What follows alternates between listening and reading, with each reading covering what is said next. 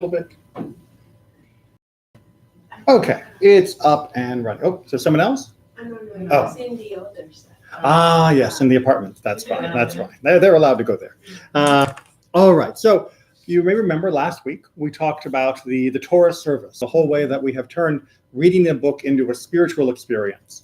But there is a special aspect to the Torah service that you're going to need to know, because yes, the beginning of the Torah service, Ein Kamocha, we're just singing that all together, and no, you don't really stand out. And at the end of the service, we're singing together, you don't really stand out. And when you sit and read, you don't really stand out. But every service, we have what are known as Aliyot. And Aliyot literally means going up. And you can go up to Israel, which is, you'll hear people talk about making Aliyah. And that means they are immigrating to Israel as a citizen. Or you can have an Aliyah, and that means that you are going up on the bima, the raised platform, for part of the Torah service. And that means you got to do stuff.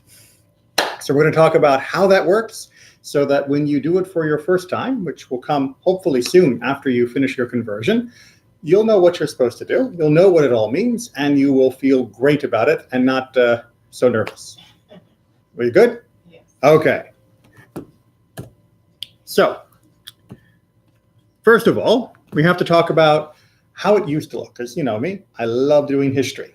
So, long ago, in a community not so far away, but we're talking back in the days of Mishnah, we're 2,000 plus years ago. 3 are called on Monday and Thursdays, and in the afternoon on Shabbat. Neither more nor less than the number may be called, nor shall any section from the prophets then be read. The one who opens and the one who closes, they bless before and after. Typical Mishnah fashion, it uses few words and you have to unpack them. So what this means is that you have 3 people who are called up to do the reading on a Monday morning service, on a Thursday morning service, or on a Shabbat afternoon service. And during those services, we don't add, no more, and we don't take away from that number of people called to the Torah. And we don't add any section from the books of the prophets, Jeremiah, Isaiah, Joshua, all those guys. And the one who opens and the one who closes, they bless before and after. This is where it is very, very different. The top half, still the same today, right? Haven't changed in 2,000 years. The bottom half, well, this has changed. So what this is describing is the idea that the first person who has the first Aliyah says one blessing, the opening blessing. And the person who says the last Aliyah, the third person, they say the closing blessing, which is not quite how we do it today. So we need to get a little bit more history here. Taken again for the number of people, this is also from the Mishnah. On the feast of the new moon, or as we say, Rosh Chodesh, right, the beginning of each new month, on the middle days of the festivals, what we call Chol HaMoed, which is like the middle of Passover or the middle of Sukkot, 4 are to be called. So if it's a Rosh Chodesh, we read from the Torah, and we have 4 sections that are read, and so we need 4 people for those sections. Make sense? Right? So weekday or Shabbat afternoon, 3. Rosh Chodesh or the middle of a holiday, 4. And you're going to notice a pattern here. This number may neither be added to nor diminished, nor shall any section in the prophets then be read. The first of these shall say a blessing before reading, and the last who concludes the reading shall say the blessing after reading. Sounds familiar, right? We have an opener and we have a closer, and no blessings in between. This is the rule. On all days when an additional offering is prescribed, and which are not festivals, 4 are called. Now, an additional offering, that was called the Musaf offering. Musaf is the word we still use for the additional service we do on these days. So that's why you'll know on Shabbat or on Rosh Chodesh or the intermediate days, Chol HaMoed of a holiday, we don't just do the Amidah for Shacharit, for the morning. We also do a bonus Amidah, which is called the Musaf Amidah. And you'll hear sometimes people say, didn't we already do these blessings, right? Didn't we do the Baruch Atah Adonai, right? The Eloheinu v'Elohei Avoteinu Elohei Avraham Elohei Yitzhak. We do that at around 10 o'clock here, and then we do it again around 11:30. And it's like, wait, that seems really, really familiar. And it is familiar because each one of those represents one of the sacrifices that would happen on that day. The first one is the daily sacrifice. The second one, the Musaf, is the bonus one that we did for our holidays and Shabbat. Remember, Shabbat is a holiday. So if there is a day that has a special bonus, but are not festivals, not actual days of festival themselves, not actual holidays, but intermediate days, then we do four readings. Good? Good. Four are called. 5 on festivals. So if it's actually Shavuot, coming up Sunday and Monday, right? 9:30 a.m. for services. Yay. On Sunday morning and Monday morning, when we read Torah on Sunday and morning, we will have 5 aliyot. There will be 5 sections that are read. 6 on the Day of Atonement. The Day of Atonement goes by the name Yom Kippur. We have 6 readings and 7 on Shabbat. So on every Shabbat, we have 7 readings. Good? Yes. Good. This number may not be diminished, but it may be increased. And a section from the prophets must be read on these days. So what do we mean by increased? Well, like I said, we have 7 readings on a regular Shabbat. But if there was somebody who was getting married tomorrow, and there was a baby naming, and there was a special yard site, and there was a special anniversary, and there was a special, and just imagine we had too many people who needed to come up to the Torah, we can take and divide some of the portions and make it up to 8, or we can just repeat the last one and do it another time, and another time, and another time. And you would add extra versions of it to be able to give more people a chance to come to the Torah. You can't go down, but you can go up extra if necessary. Very rarely happens in this congregation because we're not so big. When I was in Baltimore, we did this fairly often. We would need to add an additional one because we would have 2 bar mitzvahs, and then another person had an anniversary, and another person was going to Israel, and okay, now we need extra. So this is the breakdown. And we'll come back to this idea of the book of the prophets as well. But the basic rule is 7 on a regular Shabbat. 7 sections are being read. Make sense so far? Okay. So, but we still have this opening and closing blessing thing, which sounds really weird because that's not the way we do it. And there's a good reason why we don't do it that way anymore. In fact, it's to avoid dishonoring the Torah. Because in the old days, the person who came up was the person who read, right? So if I called you up to the Torah, and it was 2,000 years ago, you came up to the Torah and you read from the Torah. Maybe you can imagine, not everybody can do that, right? But to read from the Torah, it's not just reading Hebrew. You have to be able to read it 100% accurately, or at least pretty close, and be corrected by the assistants, the Gabayim. And you have to remember the right melody, the trope, which helps the sentence structure be the correct sentence structure. And you have to be able to pronounce some words that are often unusual.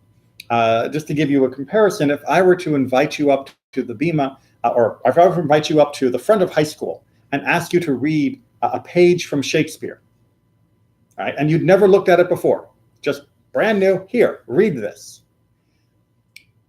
Would you feel comfortable? Or would you be a little nervous? Or maybe I could, maybe I couldn't, right? It might not be my best. Now, imagine you were learning a new language, right? Imagine you're learning French. And you know French, you can get by in the marketplace, and you can maybe order coffee at the cafe. And now I say, I want you to read this paragraph in French in front of everyone. And this is from God, and you have to do it right, or else no one knows what God wants us to know. Because remember, people didn't have their own copies of the books in their lap. They were only hearing. So you have to be 100% prepared so that they will understand. And now imagine you're a farmer, and you don't have an app to help practice with, and you don't have your own copy at home to practice with, and you don't have teachers that are available, online or, in person very easily. Not everyone could do this. And that meant that some people would come up because they wanted to do it, and they would make a mess of it. And other people would have to be the ones always doing it because no one else could do it. So you had some people who were overworked, some people who were underworked, and the system was not really working. So that was a dishonor. Let's make sure it's not a technical problem. That was a dishonor to both the Torah and also an embarrassment to the reader. So we changed the system. And the way we changed the system was to have one person who would have the Aliyah, which is doing the blessing part. And we had another person who had prepared the reading, who was the reader for that part. Make sense? Okay. Which one is the greater honor? To be the reader or to be the blesser? I think both. Which one is the greater honor? Oh, the great. Greater. They're both honors, of course. The blesser, exactly. Even though it's the easier part, right? It's having the blessing of introducing, beginning, inaugurating, whatever you want to call it, the reading and concluding it. That is considered the greater honor. And that is the one that's available to everyone with just a little practice. The Torah reading, hopefully you'll also both practice enough that you'll be able to do this someday. That may be harder, and so it's more of an accomplishment, but it's not as much of an honor. It's still an honor, of course, but it's not quite as much as being the person who blesses. So it's really very important to learn how to bless, and you should look at it as being a very significant opportunity and honor once you have completed your studies and are able to do it. Okay, so when we give out the honors, we do it in a couple of very special ways, because as I just mentioned, the readers, yes, it's an honor, but you have to be very prepared, and only a few people in each community can do it very well. The blessing honors, most people can do that, but that means you have so many people, you have to figure out rules for how you're going to give out the honors, right? You don't want to hurt feelings. You don't want to make people angry. You don't want to give it to the same person every week. How do you share the honor? Well, there's a couple of rules we use. The first is we try to follow the traditional pattern of giving the first reading to the Kohen, the second to a Levi, and third, and all the way through the rest of the seventh, to the rest of us, to the Israel, to the standard regular Jews. So that first Aliyah is we try to reserve for someone who is a Kohen. This is one of their few honors they still get. And the Levi as well, we give them that honor of number 2. And then the rest of us we fill in. But that doesn't cover everything, because sometimes there is a yahrzeit, the anniversary of a loved one's death. And sometimes there is an ufruf, that's the day before you're getting married. And so you get a very special blessing before your wedding. Sometimes there is a baby naming. Sometimes there are birthdays, trips to Israel. This Saturday, we're doing a special blessing for our upcoming trip to Israel. Sometimes you may be returning from a dangerous voyage or a serious illness, and you want to be able to say what we call Birkat HaGomel, the special blessing for when you've recovered or escaped a dangerous situation. Sometimes there were anniversaries. And if you've come regularly, you've seen that we've done special blessings for this. Well, all of these are special, and we try to figure out who has priority. Now, there are actual rules in Jewish law of who should get priority over who, if you have to pick and choose. Now, thankfully, our congregation, we don't have 1,000 people, and we don't have this problem every week. Usually, it's no problem. We have plenty of aliyot to go around. But just know that in some communities, you have to wait your turn to get an aliyah, depending upon what else is happening in the community. That's how special having an aliyah is. Good? Okay. Now, we've been talking about all of the aliyah, and I kept saying there are 7 aliyot. But if you're doing the mental math, you're probably thinking, wait a minute, I look in the handout, and it says 1, 2, 3, 4, 5, 6, 7. And then it says maftir. But it's also being read from the Torah. Doesn't that mean there are 8 things being read from the Torah? Right? We said 7, but we're actually reading 8, and it's got a special name. It doesn't even have a special number. What's going on? Okay, well, on Shabbat and festivals, as we talked about in our second slide, we read from the prophets. That means we're always going to be reading a piece from the prophets, whether it's from the book of Joshua, the book of Judges, from Kings, from Samuel, from Jeremiah, Isaiah, Ezekiel, or any one of the other prophets with smaller books. We're always going to read a section from one of them for every single Shabbat or festival. This is what we call the Haftarah. And remember, we talked about before, the Haftarah and the word Torah have no linguistic connection to them. No, they're both Hebrew, but they're not part of the same word. Don't go around saying it's the half Torah. Right? Haftarah. So the Haftarah is this extra piece we read from the prophets. We'll talk about why in just a second. But in order to give the Torah equal respect, the reader, whoever is going to read from the prophets, has to also have an Aliyah. And so we add an Aliyah called the Maftir. And that Aliyah is reserved for whoever is going to chant the Haftarah. So you'll probably notice when you look on our handout, there is a name of who's reading the Maftir, reading the Torah portion. But there's also always a name of who has that Aliyah, who's doing the blessing. For the other ones, unless it's a special occasion, we don't have names printed before we start because we don't know. It depends who's there that day. But for the Maftir, we always know who's reading it because we've already prepared who's going to read the Haftarah. So we know who that person is. That means they have to get the Maftir. Why? Because this makes sure they show that same respect. Because imagine if someone came up and said, no, I don't want to read from the Torah. I only want to read from Jeremiah. Right? Well, what? You think Jeremiah is more important than the Torah? The Torah is always more important than every other book in the Bible. So if you're going to read from another book, you have to also do some honor for Torah too. Right? You can't ignore the Torah. I think I described it before. It'd be like, visiting the town and not saying hi to your parents and only visiting your friends. Right? Parents are going to be really upset. You got to stop by and say hi to mom and dad. All right, so on some special Shabbats and festivals, this is read from a separate place in the Torah. That is to say, we'll read an actual Torah reading for the Maftir that is different than the regular one. But on most Shabbats, it's just repetition of the final section of the Torah. So we create an extra Torah reading in order for the person who's doing the Haftarah to have something to bless and show that respect. Make sense? So the Maftir is from the Torah, but it's sometimes a different piece than we were reading before, or sometimes it's just a repeat of the last part of the Torah reading. Good. So what's the Haftarah? Well, like I said, it's from the Book of Prophets. Why are we reading this extra piece in the Prophets? Is it just we like it? Yes, but there's a historical reason. Yay, history.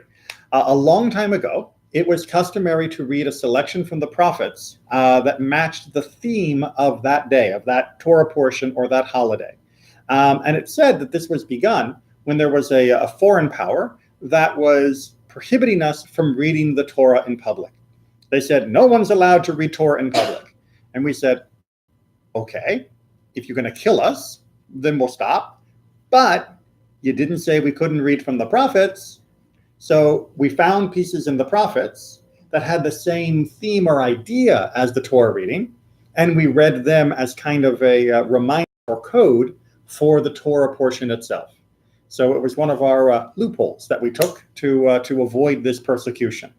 And over time, at the beginning, whoever was reading for that day would just pick something from the prophets to read that matched the theme.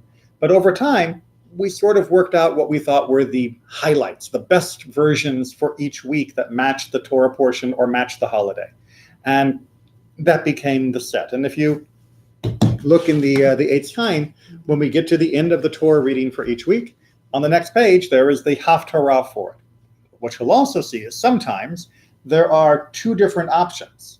There's one for the Ashkenazim, the Jews from Europe, and then there's one for the Sephardim, which are the Jews from either the Middle East or from the Latin countries. And most of them are the same, but occasionally there are small variations, occasionally even bigger variations between those two communities. That's because it hadn't been set down, right? The Torah is all set. We know the order for that. We know how it goes.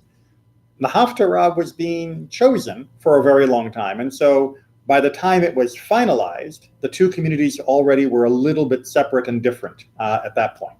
So you end up with a little variety. So for our community, you always want to check for the Ashkenazic Haftarah. That's the one that we do by Temple Israel custom. Good? Good. So now we get to the practical side of it. All right? This is all the theory. That's all the history. How do you actually do the blessing for the Haftarah? As you can see, it's got a lot of steps. Now, not all these steps are very complicated. Only a few of them require practice. But it's good to know that each step has a particular reason and meaning behind it. So we're going to go through each of these in order. Approach, right? Approaching the bima. When we come up to the bima, when you come up to the table where the Torah is being read from, we come up on the most direct route possible, right? You don't stop and talk to your friends along the way. You don't say, oh, no, wait, just a second, I got to go to the bathroom. Excuse me. You come up like a laser beam, right? You get up from your chair, usually before the Aliyah is ready to begin so that you don't waste time. And you just move up in the most direct route possible. Don't worry about moving in front of people. You're moving for the Torah. You have the right of way. Now, each synagogue is a little different in its layout. In ours, one approaches the gabbai on the left side to make sure that they have your Hebrew name. So you'd come up to the gabbai. Often it's Dr. Bob Kaplan, who is our gabbai rishon, the main attendant at the table, which is if you're looking at the table out to the congregation, he usually stands on the left-hand side. And you would give him your name, so that way he can call you up by your Hebrew name. And we'll talk about Hebrew names another time. And then that means you're called to the Torah. Good? That way everybody knows who this person is that's coming up to the Torah. The gabbai then calls you, right? The gabbai will call you by your Hebrew name and declare which aliyah this is. So he'll say, Ta'amod, so-and-so, daughter of so-and-so bat so-and-so with parents' names. Aliyah shlishit for the third aliyah. And that way everyone knows what number we're on and who's doing it. Good. You don't have to worry about that. Just remember your name when you get your Hebrew name. The talit. Of course, you'll be wearing a talit because you're always wearing a talit during services. It is the custom. It is the custom. Sorry for my typo. It is the custom to touch the tzitzit, the fringes, from one corner of the talit to the place where the reader will start, or the nearest margin. So what will happen is the reader will have the yad, that special pointer that shows where they're reading, and they'll be pointing to a word that's the first word of that section. And so you'll take the fringe, you'll touch it to the area, and then you kiss the fringe, and we move on to the next step. That makes sense? Right, this is a sign of affection, of showing our love for the words. We want to just hug the words, but if we did that, we'd ruin the Torah. And even if we touched it with our hands, we would ruin the printing. So by using the tzitzit, it's a perfect symbol. The tzitzit represent all of God's commandments and our connection to God. So using them as a little bit of a buffer between our grubby hands and the Torah makes a lot of sense. Good? Good. Then we grasp. That means that you take hold of the two wooden rollers, the eitzim. There are two handles at the bottom and two at the top. And when you say the blessing, you should be holding on to those handles. Now, in some communities, there is a custom of closing the Torah while doing the blessing. However, the Vilna Gaon, one of the great sages of recent history, as well as many other authorities, say, don't do that. Leave the Torah open, right? Because it delays the reading. And if it is open, the Torah then is what is calling for the blessing, right? It's the reason I'm doing the blessing is because of the Torah. So leave it open. But we do, however, look away from the Torah while we do the blessing. And this is to make sure people know the blessing isn't in the Torah, right? The whole idea of reading the Torah publicly is we want people to know what God gave us. If you act like you're reading something from the Torah that isn't in the Torah, then that's very, very misleading. Again, remember in history, people didn't have their own copy of the books. Now, on the bima, there is a big card that has the blessing with big letters for people who need glasses. So it makes it perfect sense to hold the rollers and look at the blessing while you do the blessing. Works very nicely. Understand that? Yes. Good. Yes, I told you, it's not complicated. And then we bless, finally, right? And the blessing has an interesting call and response. So it begins with you, the person who has the aliyah, still holding the handles, saying, praise Adonai, to whom praise is due. Now you'll notice, praise, that is a command. Right? You are giving the congregation an order. This is literally the Baruch, the call to worship. And you were saying, everyone, we are about to read from the Torah. Praise God before we do that. And so the congregation, we do what you told us to do. And we say, indeed, praised is God. Praised be Adonai, to whom praise is due now and forever. And then you, the person with the Aliyah, well, everyone else in the room just praised God, and you haven't yet. So you also praise God by saying, praise be the one, or praise be Adonai, to whom our praise is due now and forever. It's the same phrase. I'm not sure why I translated it differently. It's the same phrase. And then you go on with the real meat of the blessing. We praise you, Adonai, ruler of the universe, who has chosen us from among all nations and gave us his Torah. We praise you, Adonai, giver of the Torah, which sounds like this. I'm going to go ahead and sing it, just that way you can look it up on YouTube if you want to practice and repeat this. And I'm going to point out that this is the section that the congregation says, and I'll do that a little differently, just so you get a feel of the call and response. So you start off with Baruch hu et Adonai hamevorach. The congregation says Baruch Adonai hamevorach leolam va'ed. And then you say that yourself. Baruch Adonai hamevorach leolam va'ed. And then you continue. Baruch ata Adonai Eloheinu melech haolam asher bachar banu mikol ha'amim v'natan lanu et torato. Baruch ata Adonai noten haTorah. And that's the blessing before. And yes, if you were in the congregation, you would then say amen to someone else who says the blessing. Now, one thing that you should notice is once you get to the main part of the blessing, it is a very, very simple melody pattern. You go up and over and down, and up and over and down, and that's it. Until you get to the very end where it goes up and up and up, and then it finishes. It's a very, very simple melody structure that is easy for anyone to learn. You don't have to be a genius singer or opera or anything like that. It's just up and over and down, and then you just have to get your phrases right. Not bad? Not bad. Okay, so now, We just need practice. of course you need practice. Everybody needs practice. So now you've just finished the blessing. You were holding onto the handles. You let go of the left one so that the reader can step up to the Torah with their yad, and you hold on to that right hand holder. Right? During the reading of the Torah, you should still be holding on because it's still your Aliyah. You're still supporting what's going on. So you keep hold of that right hand roller. Make sense?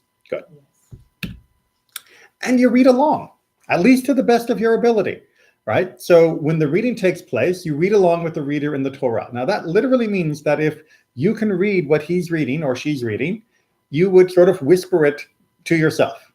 If you can't read it well enough, you just follow as they read so that you are hearing the words as they are reading. And it's sort of a read along with the person kind of thing. But this is your way of participating in the reading of the Torah. Good? Good. I told you, these aren't that complicated. And at the end, just after the person finishes, they will pause and they will be pointing to the last word they just read. And you will again take the corner of your talit, the fringes, and you will tap wherever they have finished, and you will kiss, and then you will take hold of the two handles once more. So just like at the beginning, it's you pull up the fringes, you tap, you kiss, you hold. It's the same pattern that you do at the beginning is what you do at the end. Just practice it, right? Okay. And then we do the blessing after. The blessing after is a little shorter because it doesn't have that back and forth part. We say, we praise you, Adonai, ruler of the universe, who has given us a Torah of truth and planted within us eternal life. We praise you, Adonai, giver of the Torah. Now you'll notice the in part, giver of the Torah, that's the same from the first one because that's what God is, that is how God is manifesting to us in this action at this moment. But there's also a slight change of what we say in the middle. Of course, we remind ourselves the Torah is true. That way we are acknowledging that what we just heard is indeed truth. But the planted within us eternal life seems a little out of place. It's like, but That's like something I might say at a funeral, or maybe even a baby is born or something, right? V'chayei olam natah betochenu, and you've planted eternal life within me or within us. But it actually makes perfect sense within the Torah reading process, because yes, God puts eternal life into us when we are born. It's called our soul, but that's only planted within us. It still has to grow. It still has to come up out of the dirt. It still has to be able to flower and blossom and give fruit. And for that to happen, you have to take care of it. You have to actually help your soul grow. It's just a seed when you're born, and it grows through your life. And what is one of the best ways to make that seed grow and make sure that it grows right, even when you're not doing it, is reading and understanding the Torah. Right? The Torah is the best fertilizer for your soul. It's the sun, it's the water, it's the soil, it's everything that your soul needs to grow and then give you good fruit in your life. And so when we finish reading the Torah, we're reminding ourselves, we didn't read this just because it's an exciting book. We read this because it is taking care of that seed inside of us. It's helping that soul grow strong and fruitful. So, B'chayei olam natah betochenu, you planted within us eternal life, is reminding ourselves that what was planted still needs to be worked on, still needs to be grown. Make sense? Okay. Oh, I haven't sung it yet. Got to give the practice version. Okay. So again, same pattern. It goes up and over and down.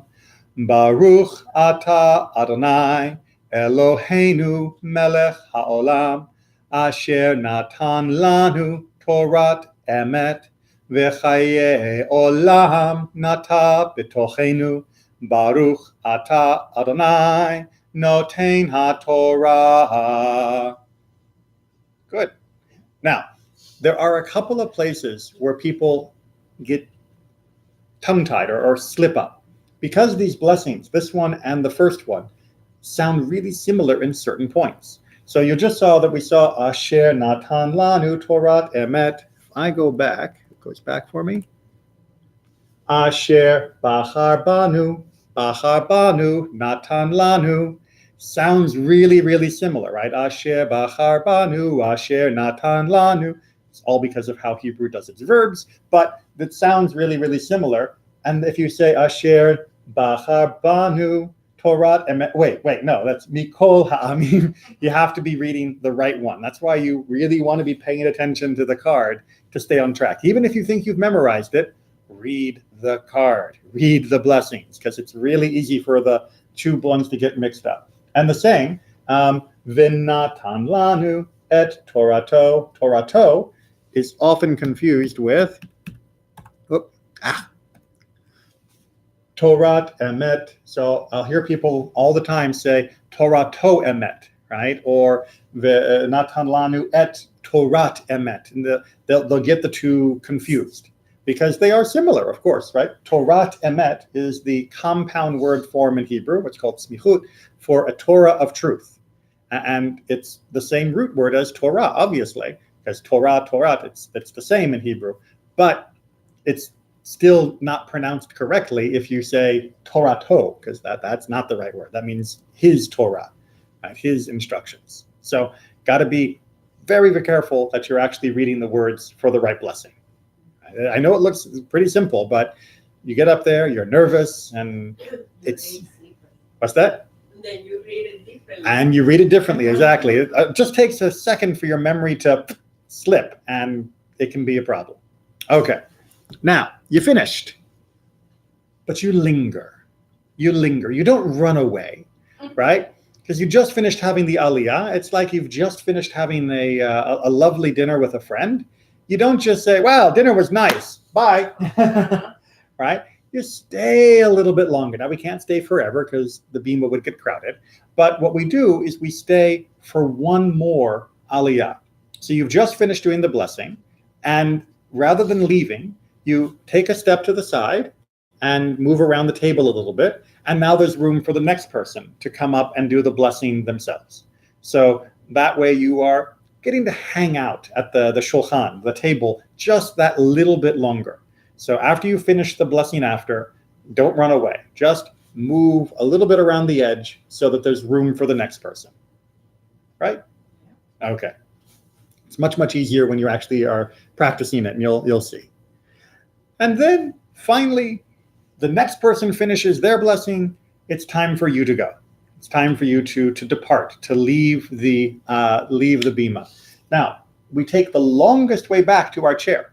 Right? Remember, coming up, shortest way up, going back, longest way down. Right? Shortest way up, longest way down. And that is to show, again, our desire that we wish we could stay longer. We wish we could linger with the Torah more. We're not in a rush to go away.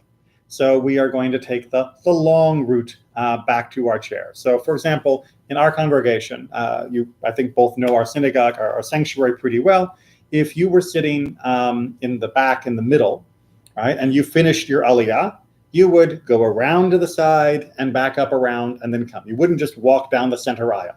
You would go around one of the side aisles. Now, you don't have to be like uncomfortable about this, right? You don't have to like go down the handicap ramp and then around the far side and out into the lobby and then come back. It's just go a little bit around the edges if you were coming back to the middle. Don't just go like a beeline, just a little bit of a roundabout way.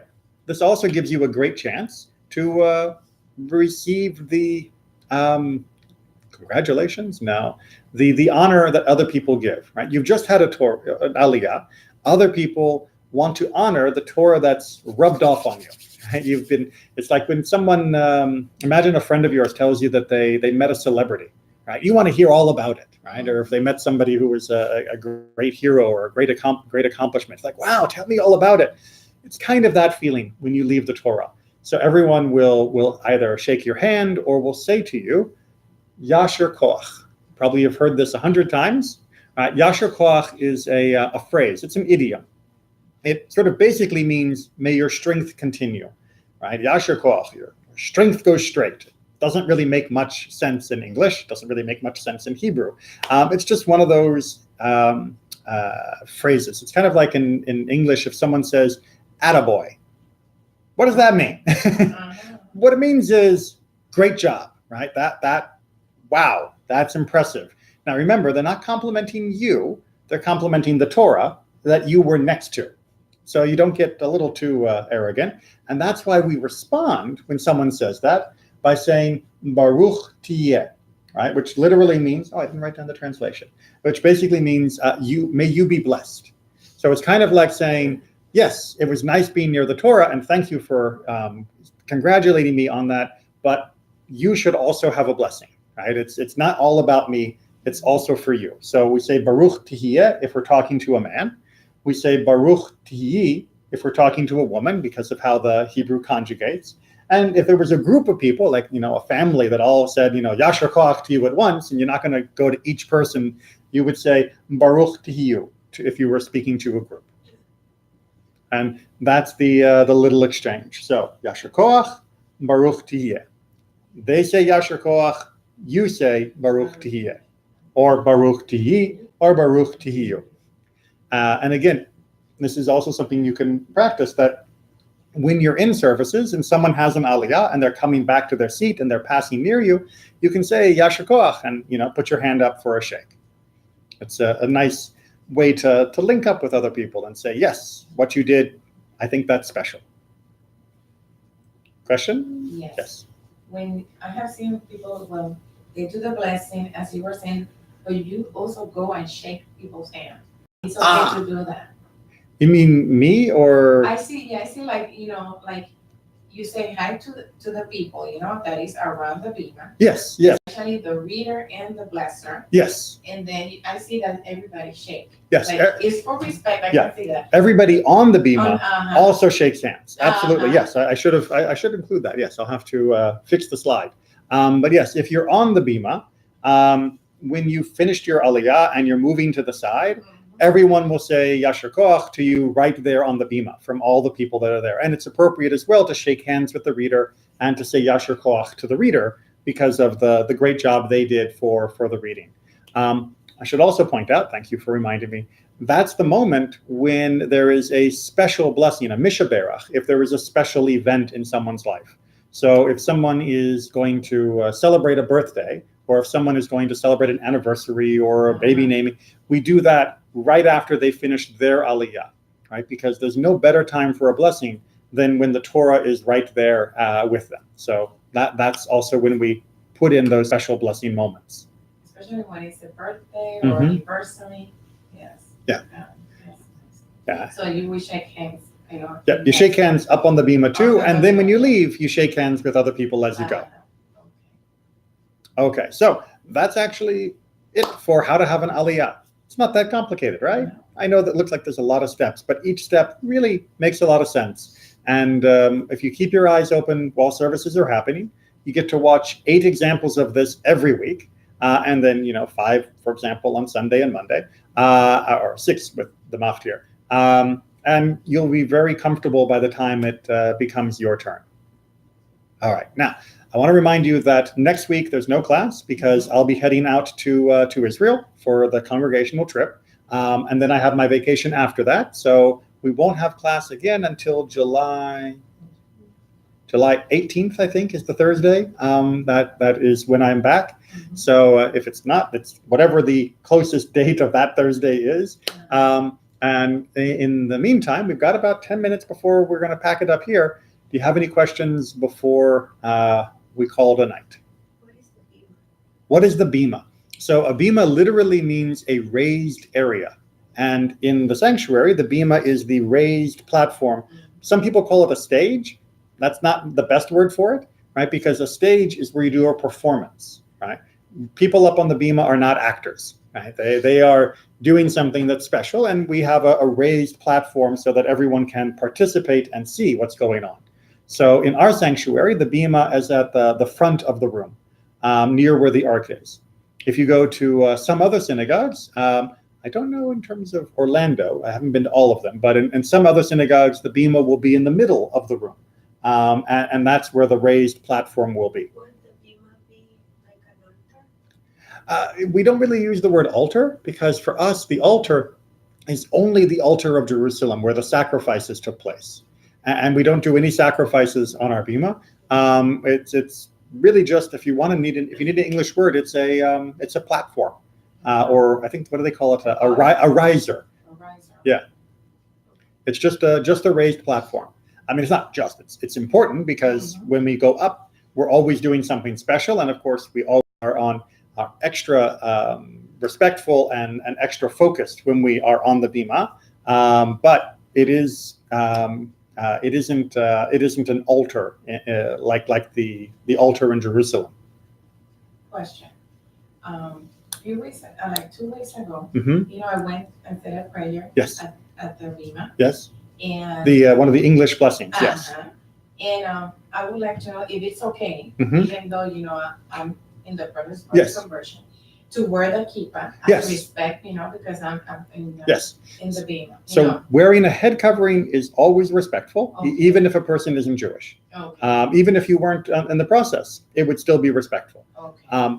The talit is what I recommend that you wait to wear publicly until you've had the conversion, because the talit has so much more symbolism about that special connection tying us to God, and so that's something special to put on once you come out and are converted. Okay.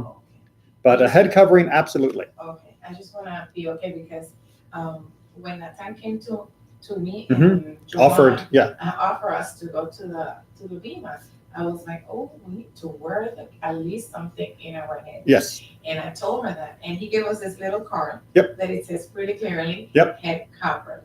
So I told her, don't worry, I'll get your kippah. Let me go and get it. Yep. And that's what I did because I was like, I know that Tali was supposed to wear Right. it yet. Right. The talit you wait, the head covering, yeah. Yes. And you can wear the head covering even if you're not on the bima. Okay. So if you want to get used to wearing a head covering just in regular, normal Shabbat services, that's also a good idea. Okay. So we can get used to it. Exactly. And I even recommend that you get one that you like. Mhm. So our gift shop has a nice selection, but you can also find lots of them online, through Amazon or Jewish stores on the internet. Okay. But having your own is nice rather than looking for one in the box in the entryway. Yes. It's more personal. Absolutely. Yes. For the woman, it's not like a scarf is also like. No, it can be just like a hat-shaped thing. Like I mean, a beret, it could be like it could be a beret. It could be a hat if you wanted to wear a hat. Uh-huh. It can be the little lace that some women Yes. wear. There's also very common now is to see ones that are made out of like wire that has like beads and other little shiny things on it. Or it can be a regular like almost looks like a man's kippah. You know, the regular sort of dome shape cloth. That's also fine. Really, any head covering that you're wearing to show respect is fine. It doesn't have to be a particular color. It doesn't have to be a particular style. Yeah, well, in old times it was like almost all covered. Well, it depended on where you lived. If you lived in Europe and in the Muslim worlds, that was normal, not just for Jewish people. That's how everybody looked. That wasn't unique to Jewish people. If you go back to France in the 1100s, women also wore things that covered their whole face or their whole head and only had their face sticking out. And as the idea of what is considered to be public and what is private has changed, what we cover and don't cover to show respect has also changed, and that's perfectly fine. So yeah, you don't need to wear a giant scarf or cover every inch of your head. Okay, I have another If you question. like wearing that, of course, that's fine, but it's not required. I have another question. Like I'm coming from, Orthodox and then Right. coming here that is conservative. And in Orthodox, the women, they go to eat. Some women have in the yeshivas, Yes. it's like a yeshiva retreat, something like that. Right. And they have like a code of ethics, how they should, act like in front of other people. Right. And how you say, like to say, you cannot even shake hands with anyone and things like that. I know here is different because Yes. since day when I got here, I can see when you pass around, Mhm. everybody's walking around with a Torah. Right. You shake our hands, Yes. and it's okay, show respect and good manners. Yes. Yeah. So the Orthodox, Very strict. well, they're strict in a particular way. So the strictness that they have embraced is the idea that a man should never touch a woman that isn't his wife or an immediate family member. And by immediate, I mean really, really close. And even that they should keep to a minimum. And this is they believe this will help prevent thoughts or sexual acts with people you shouldn't be with. There's not really a lot of evidence that works. You may be surprised to know, but men can think sexy things even if they haven't touched a woman, and they don't necessarily get more excited by shaking hands than they do by watching someone. So in the conservative movement, we say no. You should be watching your own mind. You should be watching your own body, and you shouldn't be watching someone else's. Right? So we absolutely discourage people from looking at people like meat or, no, you're not supposed to be doing that. And it's the man's responsibility and the woman's responsibility to watch how they're feeling, not someone else's responsibility to prevent me from feeling that way. Right. So, but you will notice, I don't go around, kissing people on the mouth and all of that. There are definite signs of affection that I reserve between myself and my wife. But a handshake and a hug, that's not exactly, that's not intimate. It doesn't represent anything sexually in our community. Because that's the way I see, especially Coming from Latin culture. Yes. In the Latin cultural, Yeah, everybody hugs. everybody hugs, everybody kisses on a Yeah. cheek, and it's very common to see that. Right. But when I started going to the Orthodox, Hmm. I was very shocking how they would just ignore you, Yes. and they don't even look at you too much. No. They don't even say hi, how you doing. Really rarely, some of them. Yes. It's something going out of control. I think. Well, I mean, they have the right to decide how they want their How they communities want to to be, right? But that's a decision. It's not the correct interpretation. Yes. It's not that they've got the correct way and we're being more relaxed. It's they have decided that the best way to fight against these urges is with these kinds of restrictions, we have decided that there are other ways to fight against these urges, and with our own ways of regulating how people interact with each other. So, we're not going to have a, like in Japan, it was common in some places where you'd have mixed bathing, right? You go to hot springs, and men and women both get in the hot springs naked. Oh, That's wow. yeah. Really? Or Very common. in some of the well, I didn't go, but but in some of the Scandinavian countries, families will sit in the sauna, the box with all the steam, and the whole family will sit there naked with each other. No, that's not appropriate, in our opinion. So we do have limits on what we're going to show and how we're going to be with other people, but our limits are based differently than theirs, which is why, like I said, they are allowed to have their own decisions and customs. Would you say that the Ashkenazi will be more strict and more core to that policies than the Sephardi because of the Latin? Historically, there's been a little bit more strictness on this in the Ashkenazic world than Sephardic. Except if you were in the Muslim world for the Sephardim. In the Muslim world, there was also a stronger restriction on women. There were some cultures where the woman only stayed home, right? She never went out in public without her husband with her. She didn't go shopping on her own and all of that. So it really depended upon what the other culture around us was like. And that's one reason why, by the way, the Ashkenazim hug a little bit less than the Sephardim, right? Because the Northern and Eastern and Western European cultures hug less than the Latin cultures do. And so it was not just a Jewish decision, it was a cultural decision for the area. I remember because I grew up in San Diego, and we had friends from Mexico who lived in Ensenada, and we would go down to visit them a couple times every year. And down there, the guys, everybody hugged, everybody kissed. That was absolutely normal. You go across the border to San Diego, and it's nice to meet you. Yeah, it was right over there, and it's just, I'm a man, I'm not going to hug you. It's okay. But you'll see American culture is changing now too. You'll see more guys nowadays do the handshake and then go in for the hug with the hand, between them still, or the sideways hug. So it's changing a little bit, but we'll see. Another thing. Have you heard the word zeniyut?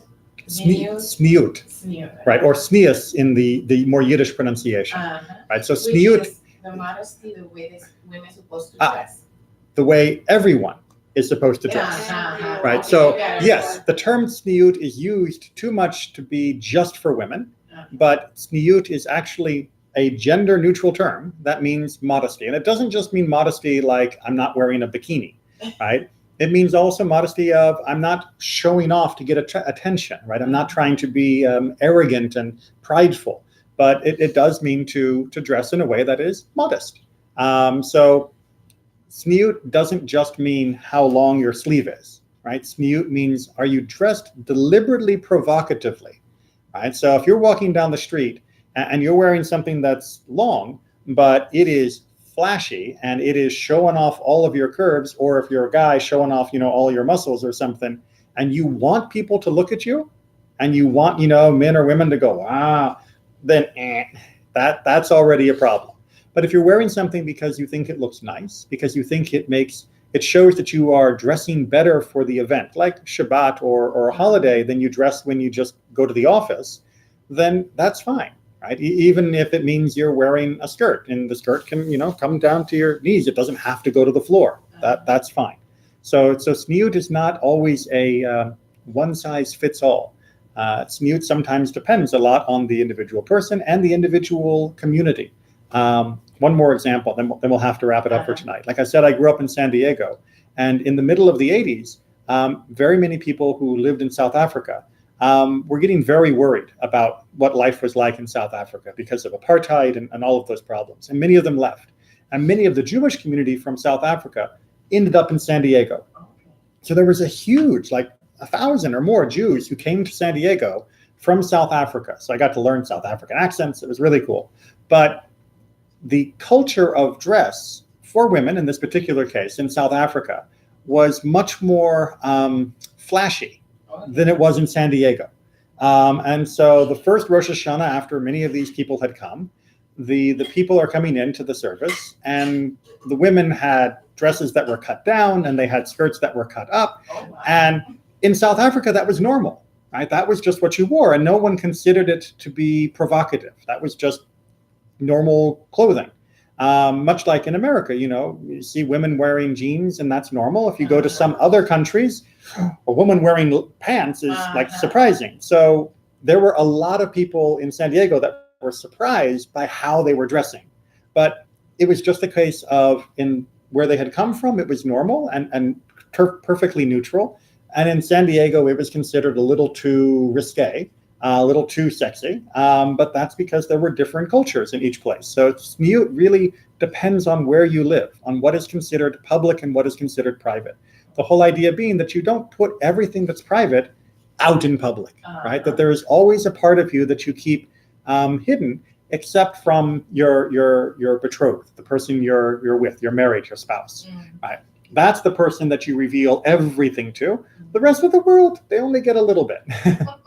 Right? And you shouldn't be encouraging other people to look at the private part, right? That's it. But what defines private, it's not a measurement of sleeves. It's about the local culture and the local style and the local way that people behave. It's if you go someplace where it's all the way down, then maybe that is considered provocative. But if you go someplace where everybody walks around wearing tank tops and shorts, then that's perfectly fine, and no one is looking at it as sexual. So it does take a lot of sensitivity to the local culture. It's from at least me and her, us, we're from Puerto Rico, which is an island. Yes. And it's very hot. Yes. So, we cannot be, I see some people that they can be the whole year like this. Yeah. Long sleeve. No. It would kill me. Right. Because we're, Puerto Rico is hot island. Right. And over here it's the same way when it's coming, summertime. Yeah, absolutely. Out here, how Right. it is. So I'm just thinking, I cannot be wearing long sleeve all the time. Right. It could be, half of it, or Yeah, and that's fine. And I'm just like, I see. And it's the same thing for guys, Yes. Guys also should be, having a question of what is private, what is public. Yes. And, if I go to the beach and I see a guy wearing a Speedo, it's just, no, that is too public. Right? That is not correct. And it's not, that is also, a smiut issue, right? Yes. Smiut is not only for women. Okay. But in some countries, it's normal, the Speedo. In some countries it is. For the swimming, Yep. swimming team, Yep. it's normal. Well, although even for the swimming team, usually it's a little bigger than what some guys wear. Yeah, no, and it has changed. Now they have Yeah. pants. Yeah. Yeah, which actually work better now because the fabric is, able to move better than it did in the old days. Yes, So, it's true. yeah. So, that's why I'm asking you because, Mhm.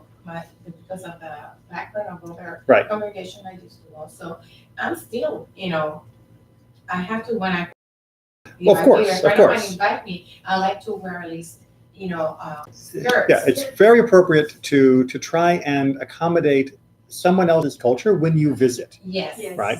But that doesn't mean their culture is better or worse than our culture. It's just, this is what locally it means for them. So, for example, when we visit in Israel, if we go to visit an ultra-Orthodox area, of course, we're going to dress differently than if we were visiting Tel Aviv. And that doesn't, Fit in. well, exactly. It's being respectful to that neighborhood, to that neighborhood, right? But I don't have to take that neighborhood's culture with me when I leave the neighborhood, right? That's just the way they do that. The same way that, I don't dress like I'm from Japan because I'm not living in Japan. And if someone from Japan came here, I would expect them to adapt to the local culture as well.